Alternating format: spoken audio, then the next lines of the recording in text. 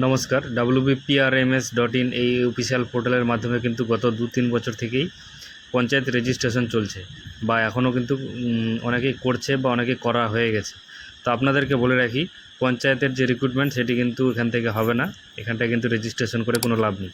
পঞ্চায়েতের রিক্রুটমেন্ট কিন্তু পিএসসির মাধ্যমে কিন্তু হবে, মানে অর্থাৎ পাবলিক সার্ভিস কমিশনের মাধ্যমে কিন্তু পিএসসির মাধ্যমে পঞ্চায়েতের রিক্রুটমেন্টটা হবে। তো এখান থেকে যারা যারা রেজিস্ট্রেশন করেছেন তাদেরকে কিন্তু আবার নতুন করে আবেদন করতে হবে, বা এখনও যারা রেজিস্ট্রেশন করবেন বলে ভাবছেন তো তাদের উদ্দেশ্যে বলবো, আপনারা এখান থেকে আপাতত কিছুদিন থেমে যান, রেজিস্ট্রেশন করতে যাবেন না। তো পিএসসির মাধ্যমে কিভাবে রিক্রুটমেন্ট হবে, কি বলেছে এই বিষয়ে, সেটি আজকে একটু দেখে নিই। দেখুন, বলা হয়েছে কর্মীর অভাবে পঞ্চায়েতের কাজ আটকে পিএসসির মাধ্যমে 11,000 নিয়োগ ডিসেম্বরের মধ্যেই, জানালেন মন্ত্রী দিলীপ ঘোষ। এতদিন পঞ্চায়েত দপ্তরে নিয়োগ হতো পঞ্চায়েত আইনের মাধ্যমে, এবার পিএসসির হাতে তুলে দিতে চায় রাজ্য সরকার। তবে এটি স্বশাসিত সংস্থা, তাই আইনের সংশোধন করা প্রয়োজন।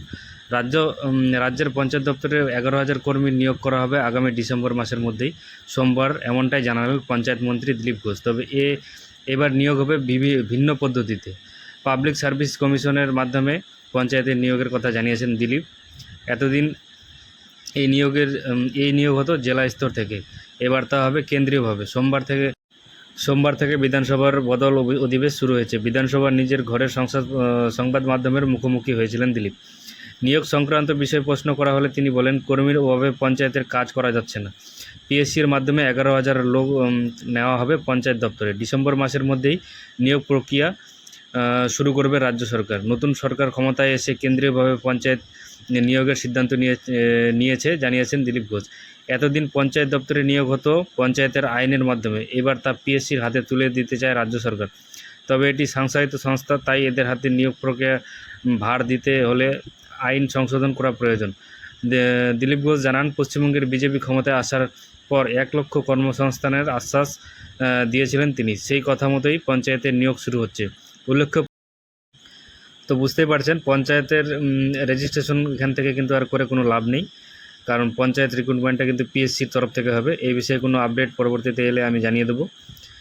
তো আজকের ভিডিওর মাধ্যমে এইটুকু ইনফরমেশন আপনাদের দেওয়ার ছিল। ভিডিওটি যদি ভালো লাগে তাহলে একটা লাইক করবেন এবং বন্ধুদের সঙ্গে শেয়ার করে তাদেরকেও এই ইনফরমেশনটি কিন্তু দেওয়ার চেষ্টা করবেন। আর চ্যানেলে যদি নতুন হন তাহলে চ্যানেলটিকে সাবস্ক্রাইব করবেন এবং পাশে থাকা বেল আইকনে ক্লিক করে নোটিফিকেশন অল করে দেবেন। তো আজকের ভিডিওটা এই পর্যন্তই, দেখা হবে আবার পরবর্তী কোনো ভিডিওতে। ততক্ষণে সবাই সুস্থ থাকবেন, ভালো থাকবেন। ধন্যবাদ।